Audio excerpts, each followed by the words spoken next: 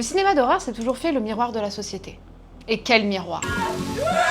Avec sa nouvelle série, Ryan Murphy nous délivre une œuvre sur la beauté, et surtout sur la quête inlassable de la beauté. Avec le virus qu'il crée dans The Beauty, tu peux devenir parfait, beau, et potentiellement mourir. Mais après tout, il y a toujours des effets secondaires. Alors, quelle corrélation entre l'horreur et la beauté? Moi, c'est Nazri. Et ça tourne.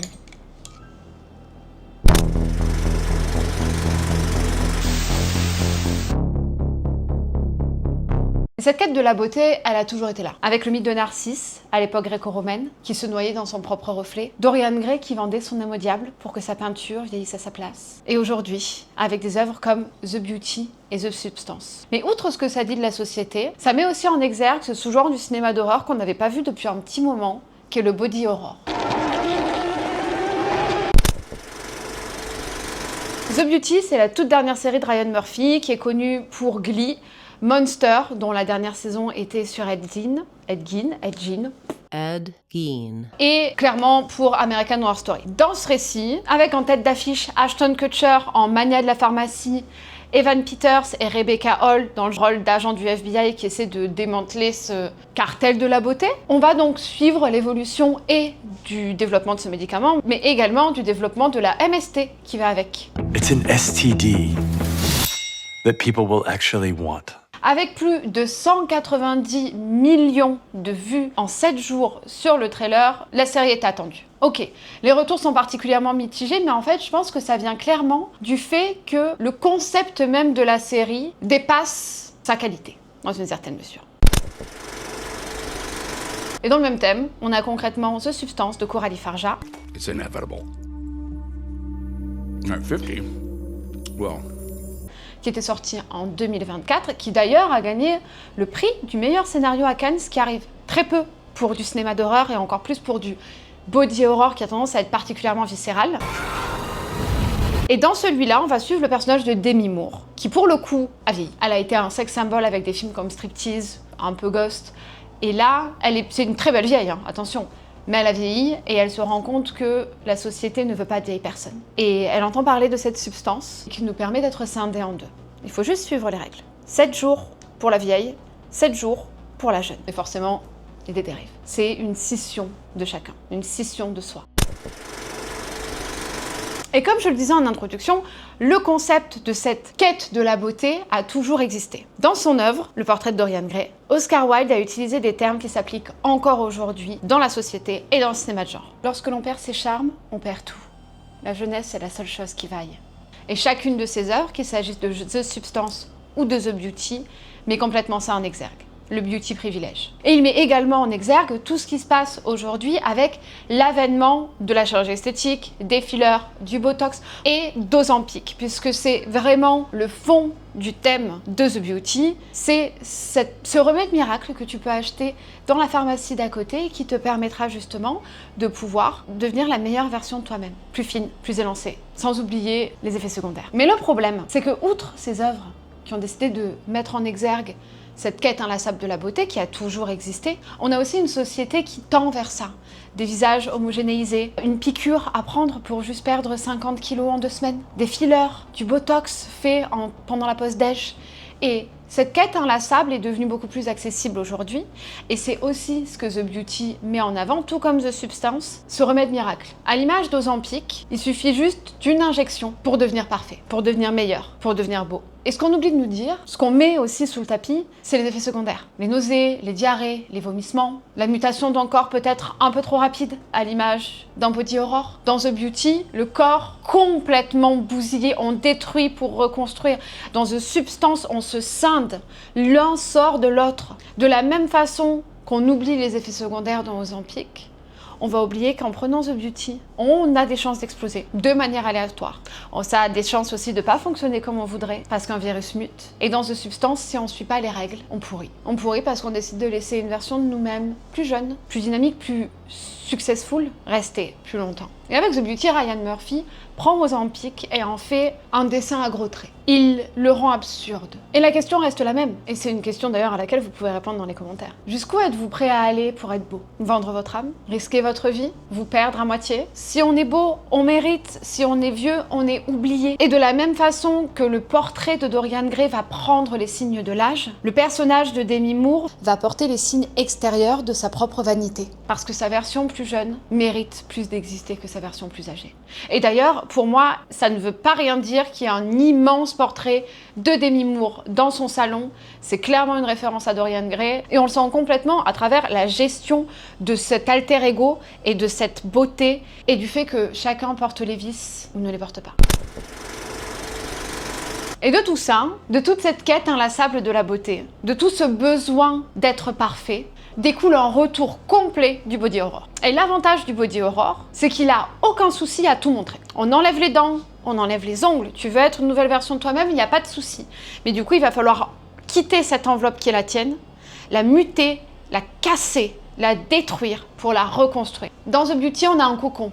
On est de ce cocon. Dans The Substance, on est de nous-mêmes. Oh, et dans Dorian Gray, il s'en sort pas trop mal pour le coup, puisque là, il n'est pas du tout atteignable par le body horror, puisque lui, en vendant son âme au diable, il a aussi complètement mis de côté les problèmes de douleur physique. Ça nous dit concrètement deux choses sur la société d'aujourd'hui, mais également beaucoup de choses sur le cinéma et ce qui fait de la beauté. Dans The Substance de Coralie Farja, on a cette espèce d'idée que le corps est constamment en chantier. Alors que dans The Beauty, on fait de la beauté une épidémie.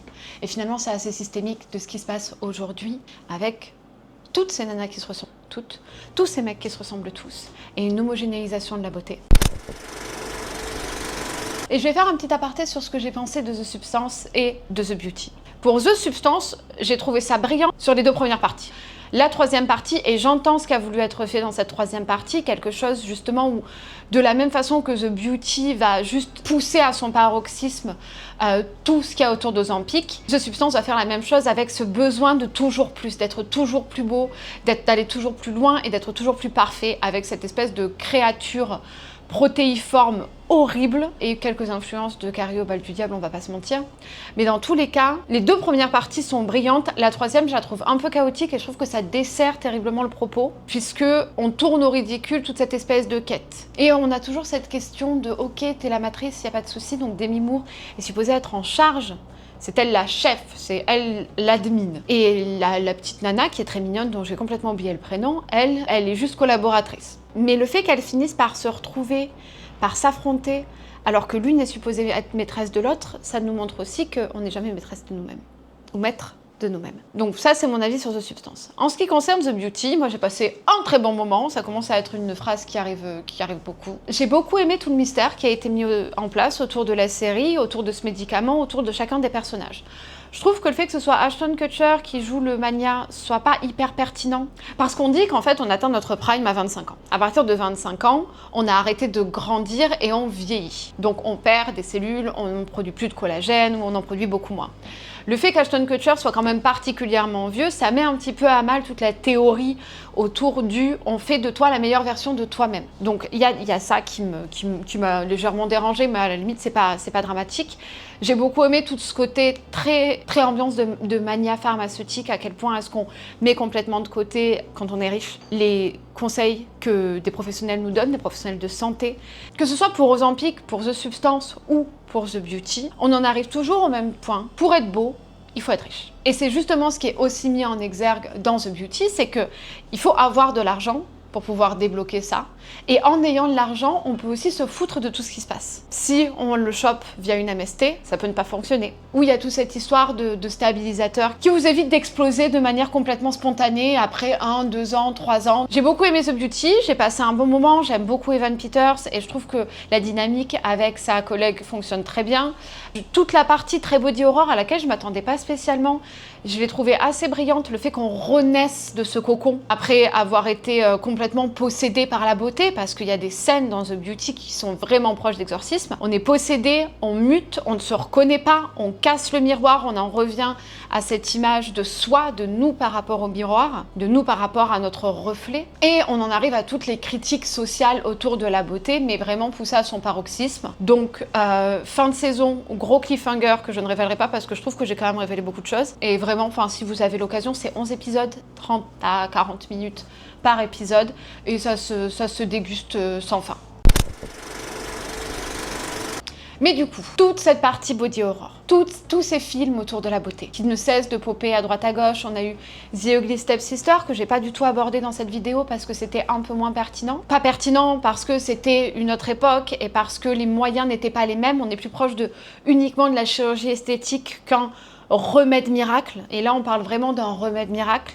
J'aurais pu aussi aborder A Different Man, mais j'ai choisi de ne pas l'aborder parce qu'on est sur la fin d'une infirmité plutôt qu'une quête de la perfection. C'est pour ça que nos deux finalistes sont The Beauty et The Substance, qui partagent cette même essence, l'essence du remède miracle, de cette potion de jouvence, de cette pierre philosophale finalement. Du coup, qu'est-ce que ça dit? Ça dit concrètement qu'il faut que vous vous abonniez, c'est ce que je viens d'entendre. Et ça dit aussi que depuis toujours, on cherche la beauté à un prix déraisonnable. Narcisse a perdu la vie. Dorian Gray a perdu son âme. Dans The Beauty, on perd son corps. Dans The Substance, on perd une partie de nous-mêmes. Et dans Ozempic, on perd de l'argent. Et comme le body horror est le seul genre qui n'a aucun problème à ne pas flatter, le prix qu'on paie est celui de la chair. À travers un pacte, à travers une pilule, à travers un shot, le résultat est le même et le prix est très cher. Et toi, tu signerais le pacte ? Bon, voilà, c'est un format un petit peu différent que je vous ai proposé aujourd'hui, pas juste de la critique, parce que sur cette chaîne, j'ai aussi envie de vous apporter un nouveau regard sur le cinéma de genre, à travers des thèmes, des idées, et également des axes de lecture et de pensée et de réflexion. Je sais que dans The Substance, je n'ai pas du tout abordé la place de la femme qui vieillit et compagnie. Si c'est un sujet qui vous intéresse, n'hésitez pas à me le dire. En attendant, n'hésitez pas à me faire un retour sur ce type de format, si ça vous plaît, qu'on traite des thèmes pour apporter des axes de lecture au cinéma de genre plutôt que juste des critiques basico-basiques. Il y en aura toujours, bien entendu. Je vais me lancer sur Twitch également, donc si vous voulez me suivre, n'hésitez pas. On va faire des jeux d'horreur, bien entendu, mais aussi des jeux en corrélation avec les films, comme par exemple la sortie de The Mortuary Assistant et d'Iron Lung. Donc faisons les jeux ensemble si ça vous tente. Je vous mettrai toutes les informations en description. Et en attendant, vous avez survécu à vos injections de Botox, vous pouvez survivre à tout. Restez étrange, restez groupés, car le tueur n'est jamais vraiment mort. Bye!